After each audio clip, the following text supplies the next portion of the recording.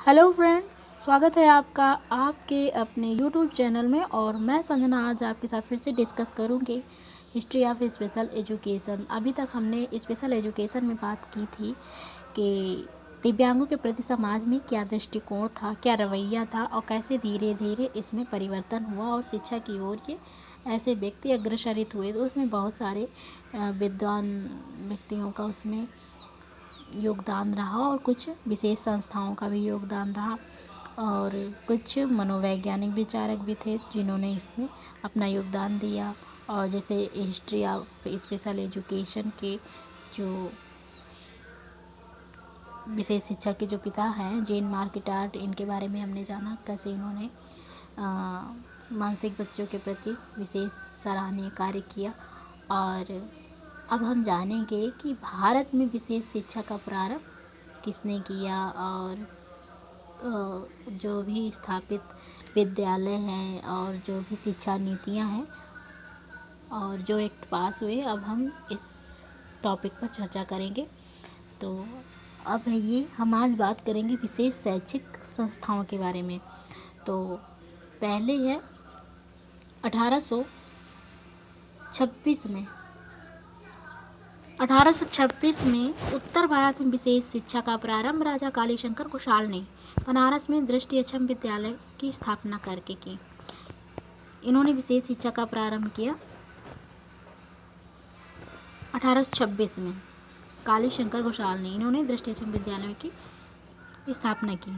फिर आता है 1866 में मानसिक मंद बच्चों के शिक्षण के लिए आज के संदर्भ की पुस्तक idiocy and treatment by physiological method का प्रकाशन हुआ। इस समय तक मानसिक मंद व्यक्तियों के बारे में काफ़ी प्रयास, उनकी शिक्षा के बारे में काफ़ी प्रयास हो रहा था और ये आज की युग की बहुत ही इम्पोर्टेंट पुस्तक है, idiocy and treatment by physiological methods. तो आप इसको नोट कर लीजिएगा। अब 1800 ईस्वी के मध्य सैमुअल हावे के प्रयासों से अमेरिका में भी एक एसोसिएशन ऑफ मेंटल रिटार्डेशन की स्थापना हुई। और अब हम बात करेंगे कुछ जो मनोवैज्ञानिक भी हैं जो इसमें मंद बुद्धियों के लिए काफ़ी कुछ प्रयास किया। तो इन्होंने कहा कि बुद्धि मापी जा सकती है। अल्फ्रेड बाइनेट ने कहा कि बुद्धि मापी जा सकती है, तो बुद्धि माप कर। और लुईस टर्मन जो थे, इन्होंने बुद्धि लब्धि की जांच की बात कही। ये लुईस टर्मन 1872 में, तो उन्होंने बुद्धि लब्धि जांच की बात कही। तो ये हुआ कि बुद्धि लब्धि जांच के मानसिक मंद बच्चों के लिए बेहतर शैक्षिक तकनीक का उपयोग करके इन्हें भी शिक्षित किया जा सकता है। फिर आती है मारिया मॉन्टेसरी। ये मारिया मॉन्टेसरी जो ये इटार्ड और इनके जो छात्र थे सिग्विन, इनसे काफ़ी बहुत प्रभावित हुए। तो इन्होंने 2 से 6 वर्ष या 7 वर्ष तक के बच्चों के लिए शिक्षण प्रारंभ किया। विशेष तौर पर जो शिक्षा योग्य अपंग बच्चे थे उन पर इन्होंने कार्य किया। इन्होंने इंद्रिय आधारित प्रशिक्षण के अतिरिक्त जो है पठन लेखन गणित एवं ज्ञानेंद्रिय प्रशिक्षण जैसे बुनियादी कौशल पर जोर देते हुए विशेष उपकरण का विकास भी किया तथा जो इन्होंने कहा कि वास्तविक अनुभव द्वारा जो विशेष व्यावहारिक सामग्री जो होती है उसके द्वारा ये बच्चे बहुत कम उम्र में सीख सकते हैं। तो इन्होंने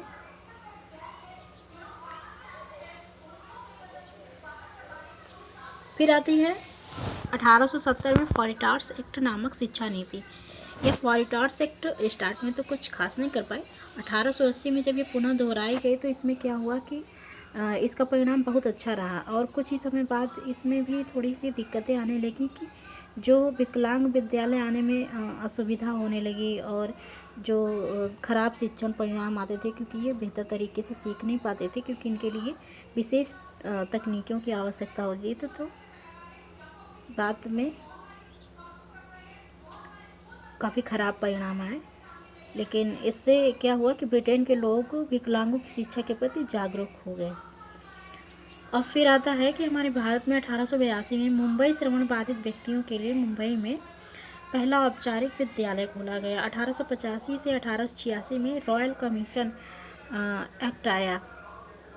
ये लॉर्ड इगर्टन के तत्वाधान में आया। Royal commission. इसमें क्या हुआ कि दृष्टि अक्षमों के शिक्षण के लिए यूनाइटेड किंगडम में जो विभिन्न तकनीकी थी व्यावसायिक संस्थानों की और तकनीकियों की स्थापना की इन्होंने।